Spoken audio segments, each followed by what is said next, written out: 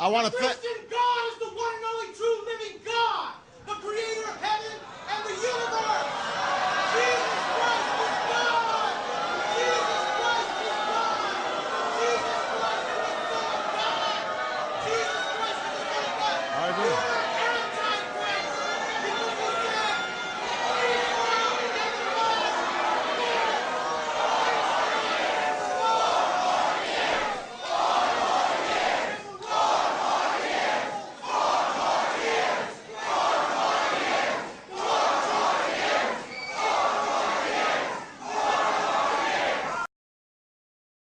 Bonjour et bienvenue à la 5e et dernière partie sur Barack Hussein Obama. Je n'aurais pas imaginé avoir découvert autant sur ce personnage des plus intéressants. Le pire, c'est qu'il y en aurait tellement plus, mais j'en suis resté à l'essentiel. Passons maintenant à un autre sujet sur lequel il est primordial d'élaborer. Le rôle de Barack Hussein Obama et ses actions faites envers la force militaire des États-Unis. La tâche la plus importante d'un président est de protéger le pays. Non seulement Obama permet aux réfugiés de rentrer dans le pays sans pouvoir empêcher les terroristes de s'infiltrer, mais il a réussi à réduire la force militaire des États-Unis à un niveau jamais vu depuis la Deuxième Guerre mondiale. We sacrifice not because we have to. We bleed not because we want to. We fight because we need to. And sometimes we die because we love this country. I believe in American exceptionalism. As a Navy SEAL, I fought so that I would never have to see my president bow to anyone.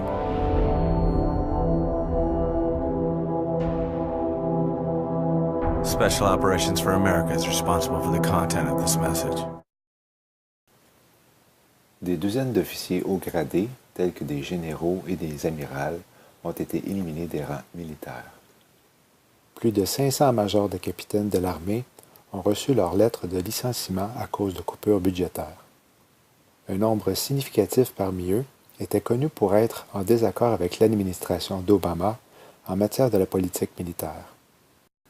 Dans un article paru le 24 mars 2014, on concluait que pendant que la Chine et la Russie dépensaient des millions pour augmenter leur défense militaire et que l'Iran devenait une menace nucléaire internationale, Obama réduisait la défense nationale à un niveau d'avant la Deuxième Guerre mondiale et voulait éliminer les avions de combat des forces de l'air. Dans un autre article, le 7 août de la même année, les États-Unis permettaient aux bombardiers russes de pénétrer l'espace aérien 16 fois en 10 jours. Le président mène un horaire des plus occupés et condensé, entre autres avec plus de 200 rondes de golf en poche, et ses 21e vacances. A-t-il vraiment le temps de s'occuper de bombardiers russes envahir l'espace aérien? Le général Raymond Odierno, chef d'état-major des armées, a dit que si le but d'Obama de réduire les soldats à 420 000, les engagements globaux ne pourraient être rencontrés. La marine aurait besoin de 346 bateaux pour protéger les intérêts des Américains. Elle en avait seulement 284, pendant que la moitié des porte-avions ont été rappelés pour maintenance. La force aérienne a déclaré qu'ils sont dangereusement près de ne plus pouvoir protéger adéquatement les airs si un conflit venait à survenir. Il a envoyé des troupes à plus d'endroits que n'importe quel autre président dans l'histoire, ce qui fait que le pays est vulnérable pour une attaque venant de l'extérieur.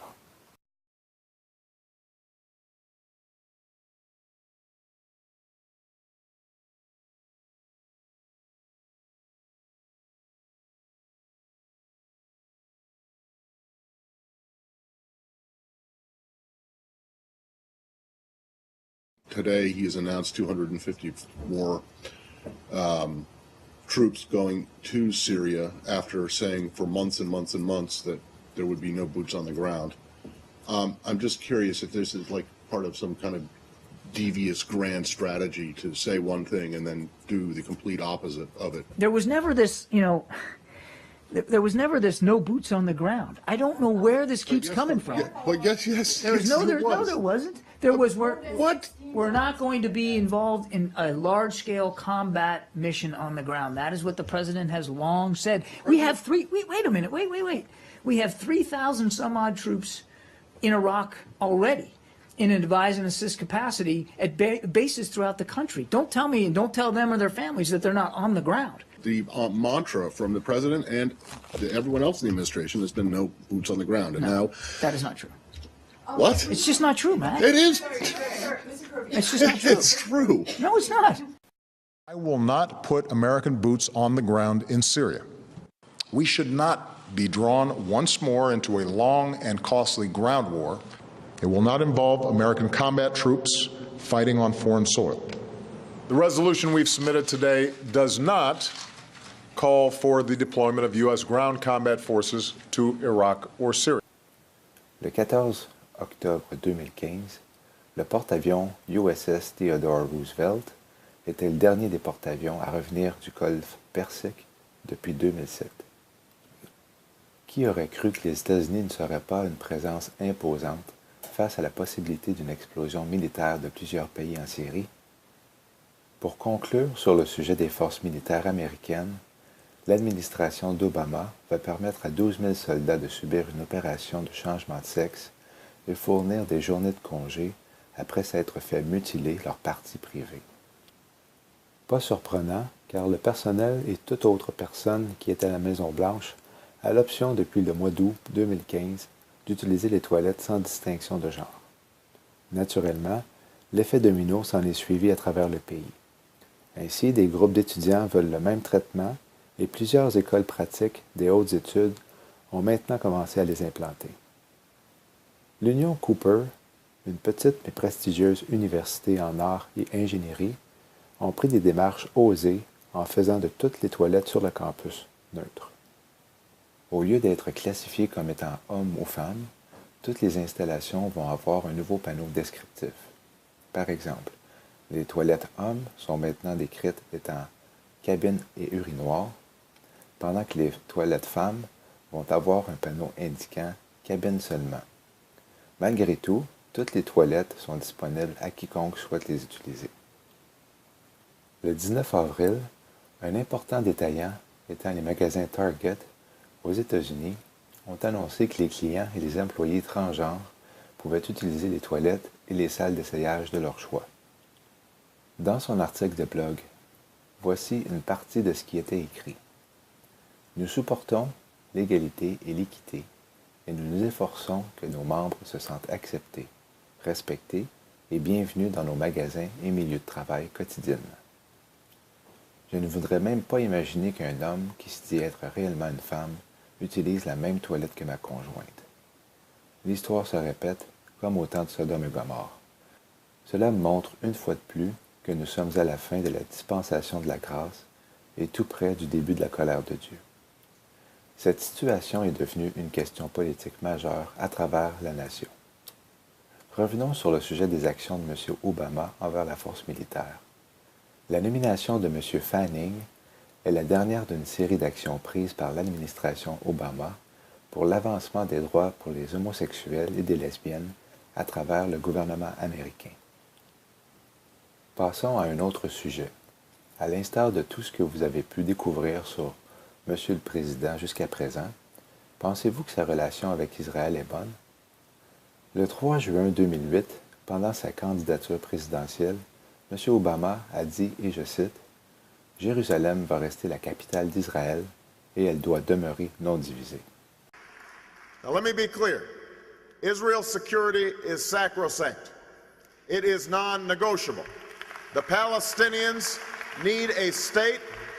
The Palestinians need a state that is contiguous and cohesive and that allows them to prosper. But any agreement with the Palestinian people must preserve Israel's identity as a Jewish state with secure, recognized, defensible borders. And Jerusalem will remain the capital of Israel and it must remain undivided.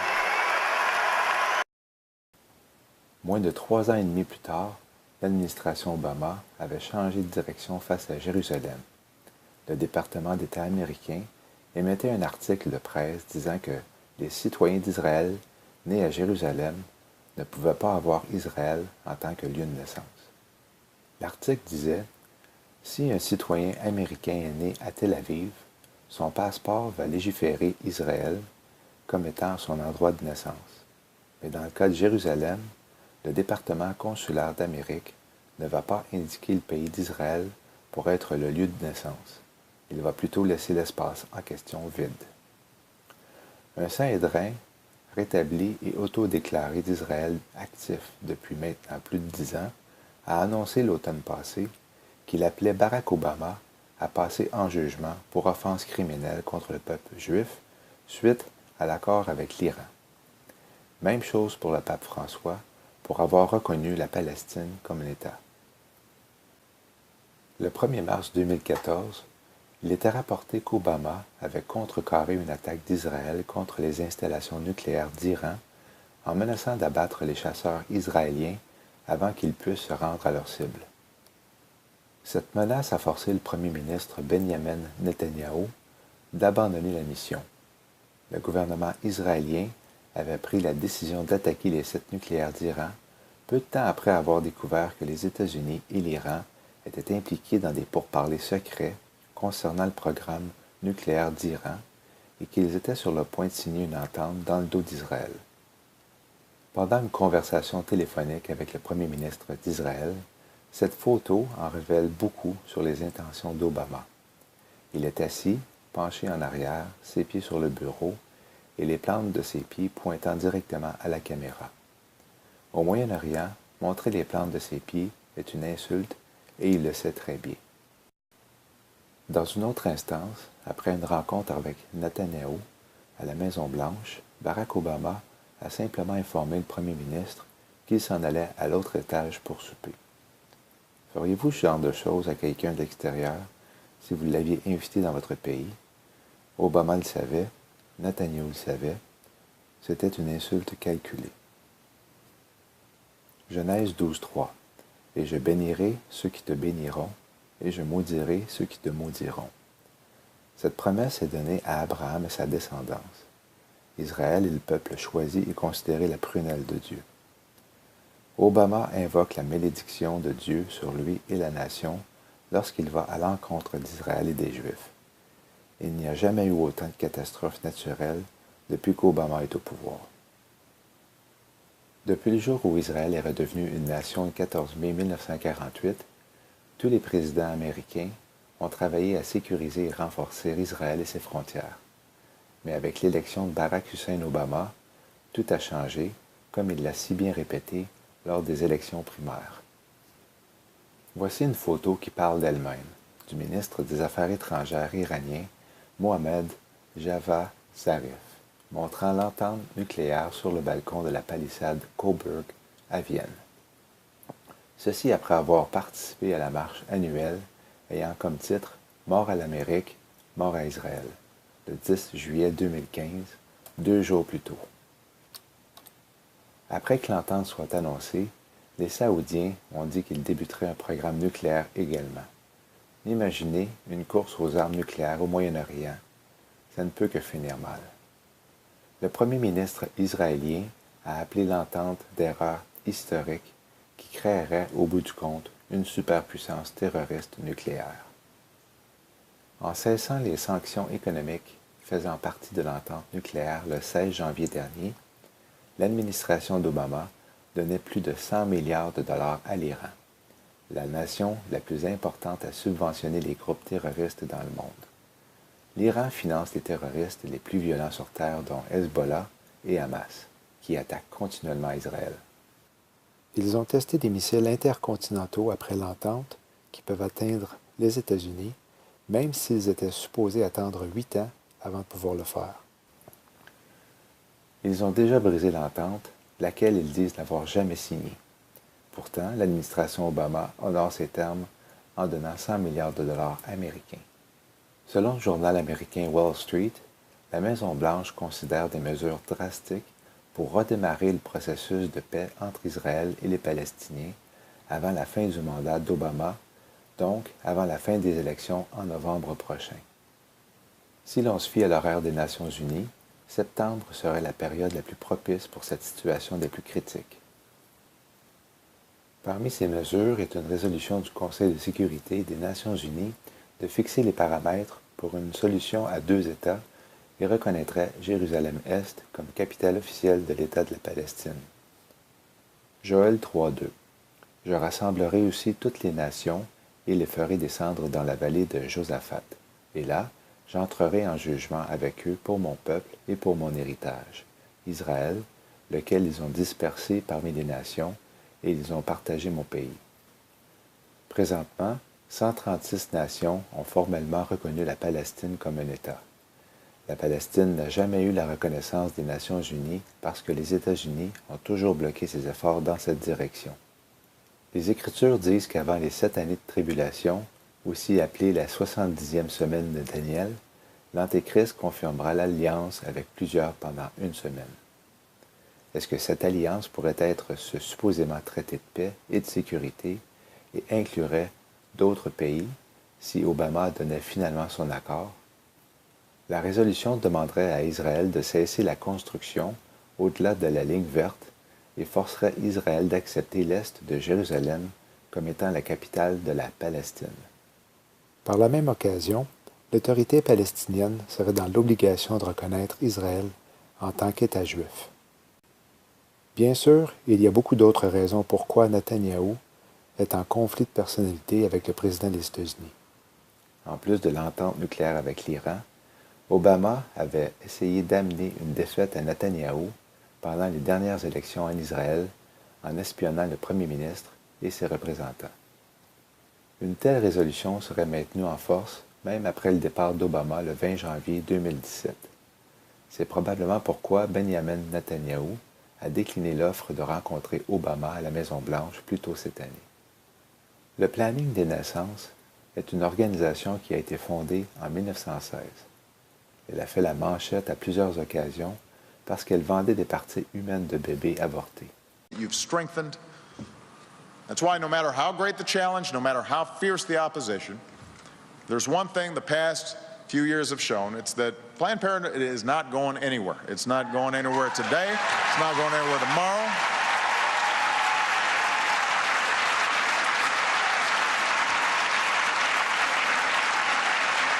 As long as we've got to fight to make sure women have access to quality, affordable health care, and as long as we've got to fight to protect a woman's right to make her own choices about her own health, I want you to know that you've also got a president who's going to be right there with you, fighting every step of the way. Thank you, Planned Parenthood. God bless you. God bless America. Thank you.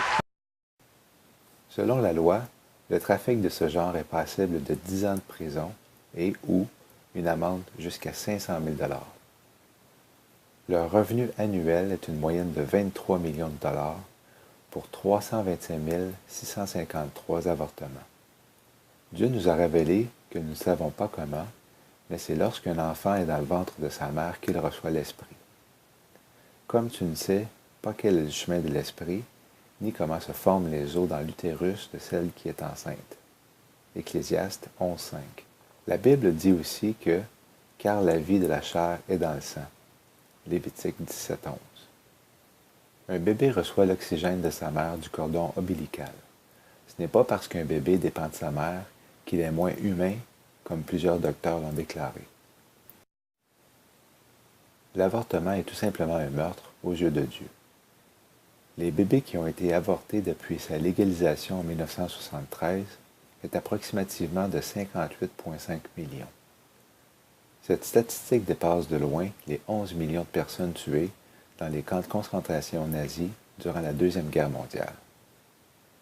Si vous avez déjà eu recours à l'avortement, soyez assurés que vous pouvez recevoir le pardon de Dieu si vous êtes sincèrement repentante.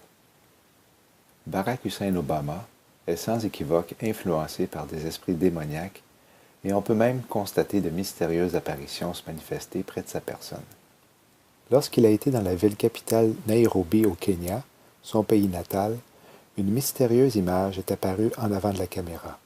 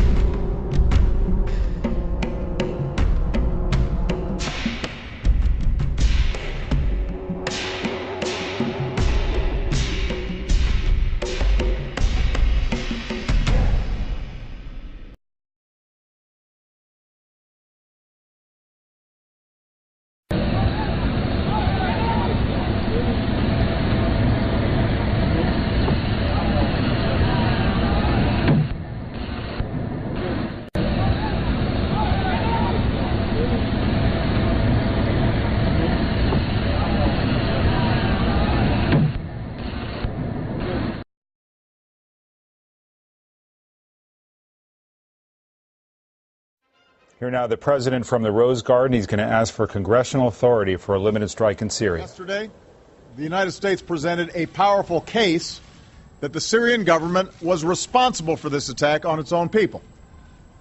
Our intelligence shows the Assad regime and its forces preparing to use chemical weapons, launching rockets in the highly populated suburbs of Damascus.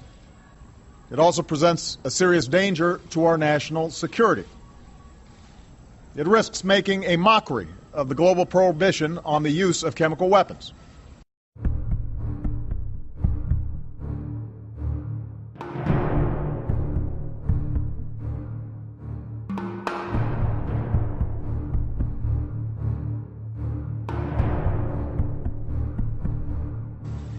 It endangers our friends and our partners along Syria's borders, including Israel, Jordan, Turkey, Lebanon, and Iraq.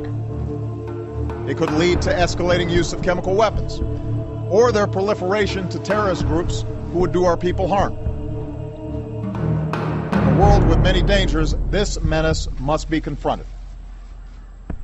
After careful deliberation, I have decided that the United States should take military action against Syrian regime targets. This would not be an open-ended intervention.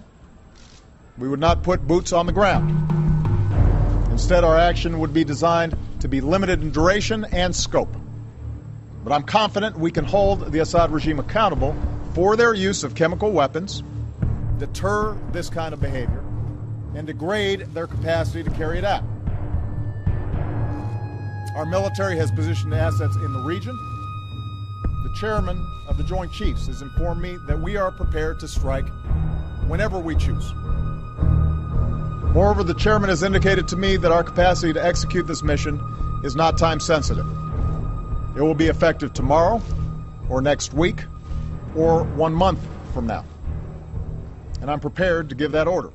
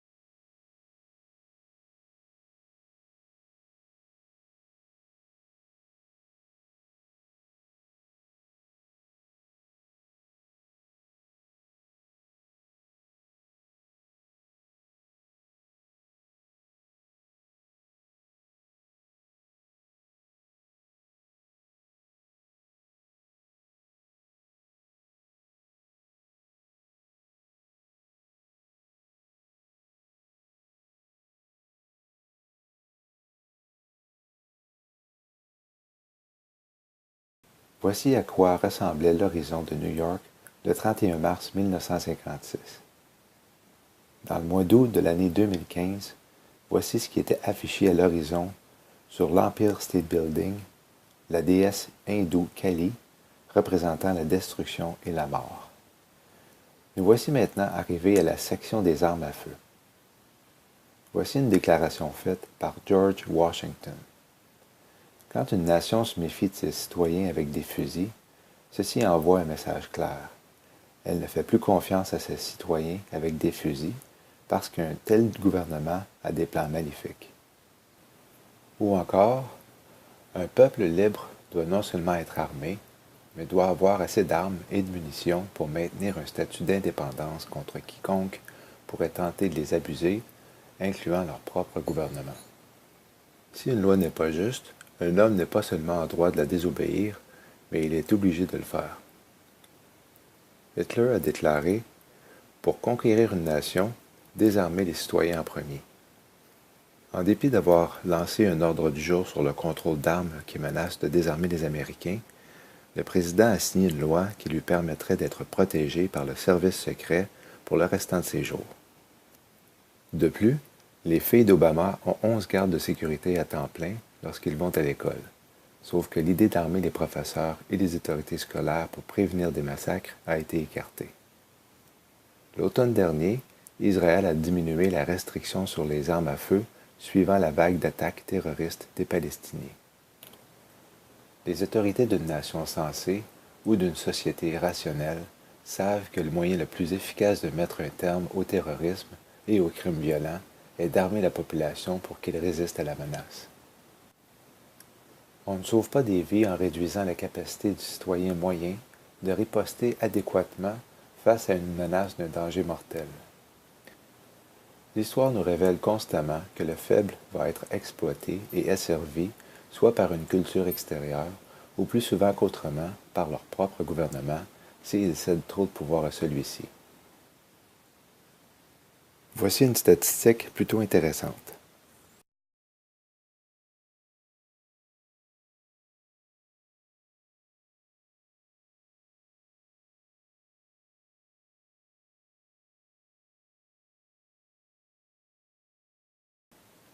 À quelques occasions, lors d'un événement avec tireurs actifs, Obama a pointé la propagande du comment il pourrait être forcé d'utiliser un ordre exécutif dans le but de séparer la plupart des Américains des droits du deuxième amendement de posséder une arme à feu.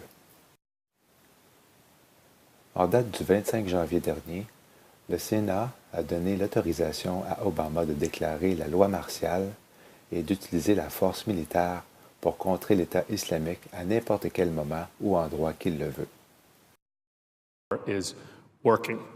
Madam President, today I wanted to come down to the floor to speak very briefly about a resolution that the majority leader introduced, I believe, earlier today. This is an authorization for military force resolution that apparently purports to give the president legal authority to conduct military operations against ISIS. Before we break for the weekend, Madam President, I thought it was important to come to the floor to explain why, very briefly, to my colleagues, to explain what this resolution really is. This resolution is a total rewrite of the War Powers Clause of the United States Constitution. Let's be clear about that. It is essentially a declaration of international martial law, a sweeping transfer of military power to the president that will allow him or her to send U.S. troops almost anywhere in the world for almost any reason with absolutely no limitations. Suite à sa déclaration disant que 8 ans n'est pas assez long pour défaire toutes les fautes que son prédécesseur a faites, Obama a signé un décret présidentiel qui a changé les conditions de la Constitution par rapport à la durée du service présidentiel. Avec l'accord du Congrès, il pourrait prolonger et rester en pouvoir au-delà de 2 termes. Barack Obama est le 44e président des États-Unis. Il a été remarqué qu'Israël et Juda ont eu 44 successions à la royauté, si l'on compte que David l'a été à 2 occasions. Son règne avait été interrompu par son fils Absalom.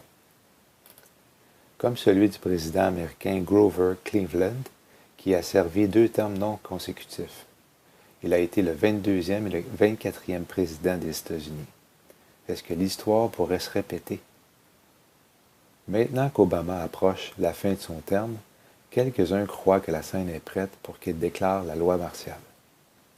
C'en était le cas pour Boston, à la suite de l'attentat à la bombe pendant le marathon de 2013. The lion's share of the 2-1 and that's the only marathon in the world other than the Olympic marathon that is the case.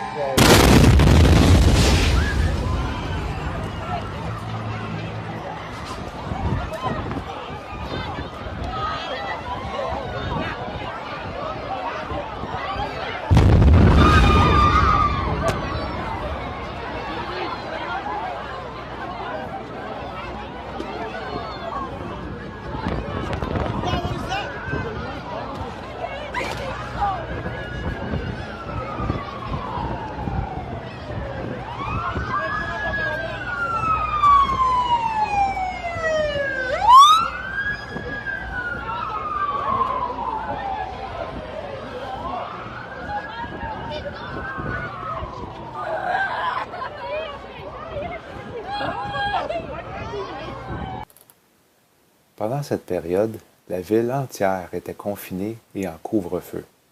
Les policiers avaient des gilets pare-balles et des chars d'assaut patrouillaient les rues à la recherche des deux frères.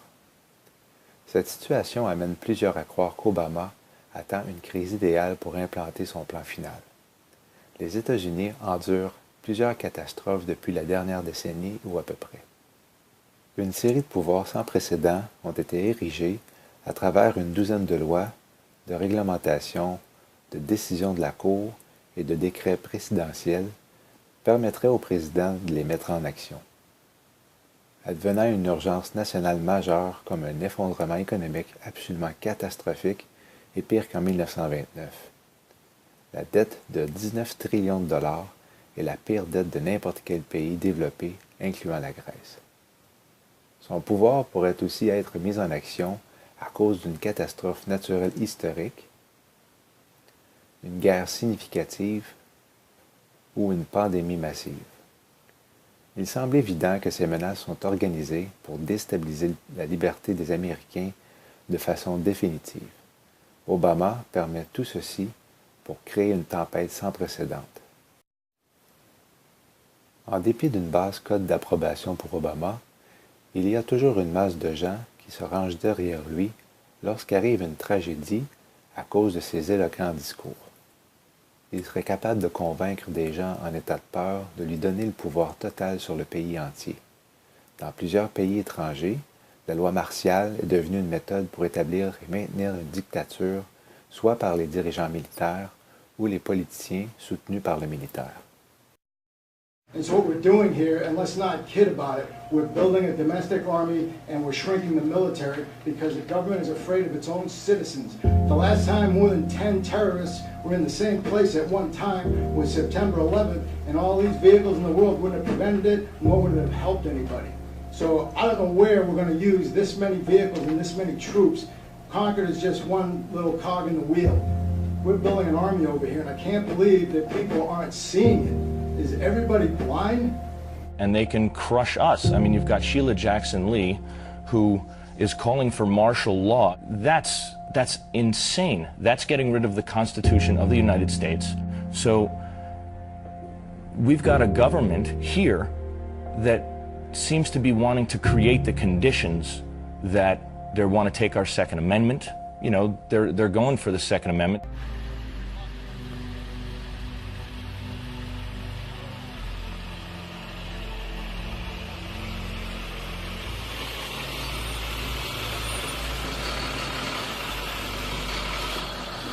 Hey, what are you guys training for? For what? Training for a state mission, sir. I hear you. Can you tell me what it's for? Okay.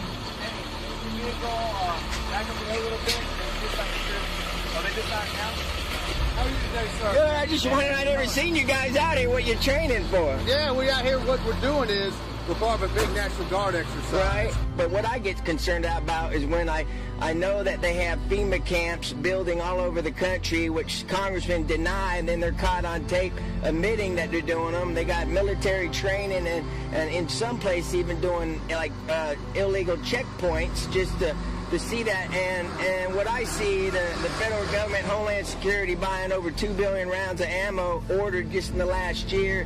And they're building up big-time military for something, and it's not just for natural disasters. I think they're personally, I think they know because of the derivative meltdown, they're getting ready for an economic collapse and martial law and everything else. I can't really say on that, you know. La fin de ce monde tel qu'on le connaît sera marquée par un gouvernement mondial contrôlé par un homme que Satan va incarner qui s'appelle l'Antéchrist. Il a été signalé que le 8 janvier, Obama a fait une campagne privée pour succéder à Ben Ki-moon comme secrétaire général des Nations Unies qui terminerait son terme le 31 décembre de cette année. Il aurait discuté de cette possibilité avec les démocrates, les républicains et les représentants juifs aux États-Unis. Au mois de mai de 2014, la Maison-Blanche a publié cette photo sur Twitter montrant Obama assis sur un trône de fer, illustrant son temps dans le bureau. Va-t-il déclarer sa royauté s'il devient le prochain secrétaire des Nations Unies? Apocalypse 6.2. Et je vis, et voici un cheval blanc, et celui qui était assis dessus avait un arc, et on lui donna une couronne, et il partit conquérant et pour conquérir.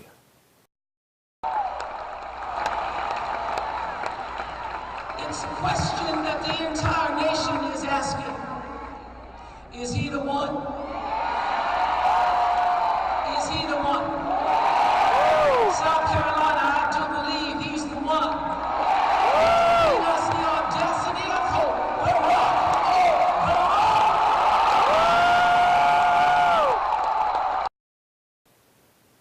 Depuis sa création, les Nations unies sont vues comme un gouvernement global ayant une faible influence. Je pense que cela a été le plan de Satan depuis le début, jusqu'au moment où un homme se donne corps et âme pour lui.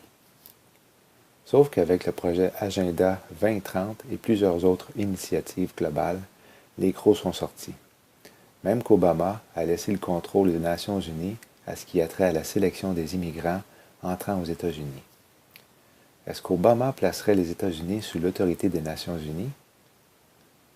Il est intéressant de remarquer que le logo des Nations unies comprend une branche d'olivier représentant la paix ou la victoire et que le monde est centré dans une mire.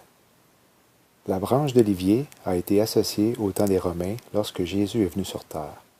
Et la vision de Daniel nous indique qu'à la fin, l'Empire romain va renaître et dominer la scène mondiale. Surtout que le Vatican et les Nations unies sont intimement liés. Le fait qu'Obama puisse être en charge des Nations unies est franchement horrifiant pour la majorité des Israéliens. Il ferait en sorte que la communauté internationale soit contre Israël si elle ne l'est pas déjà. En ce jour-là, je ferai de Jérusalem une pierre pesante pour tous les peuples. Tous ceux qui s'en seront chargés seront mis en pièces, bien que tous les peuples de la terre s'assembleront contre elle. Zacharie 12.3.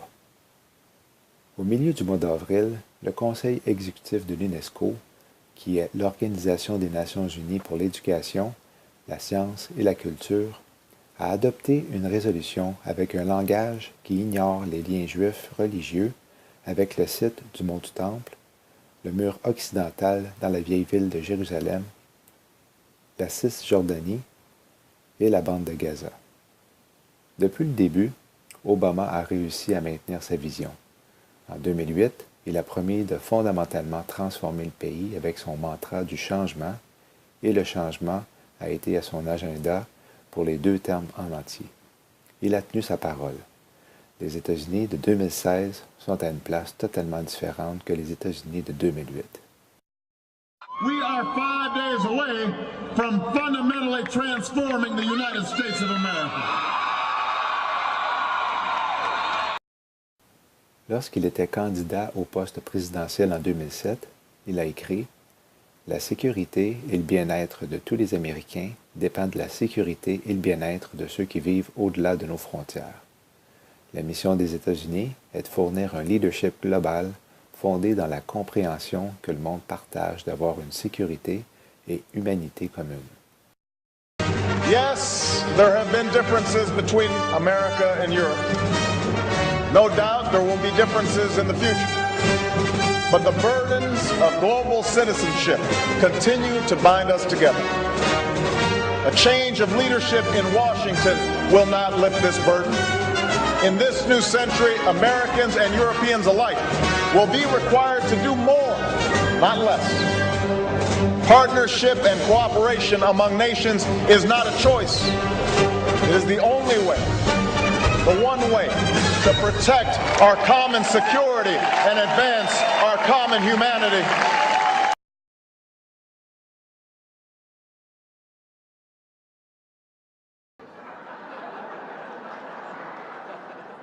You can't say it, but you know it's true. Good evening, everybody. It is an honor to be here at my last, and perhaps the last, White House Correspondents' Day.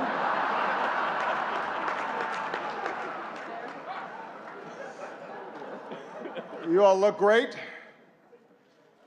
The end of the Republic has never looked better. Madam President, today I wanted to come down to the floor to speak very briefly about a resolution that the majority leader introduced, I believe, earlier today. This is an authorization for military force resolution that apparently purports to give the president legal authority to conduct military operations against ISIS. Before we break for the weekend, Madam President, I thought it was important to come to the floor to explain why, very briefly, to my colleagues, to explain what this resolution really is. This resolution is a total rewrite of the War Powers Clause of the United States Constitution. Let's be clear about that. It is essentially a declaration of international martial law, a sweeping transfer of military power to the president that will allow him or her to send U.S. troops almost anywhere in the world for almost any reason with absolutely no limitations.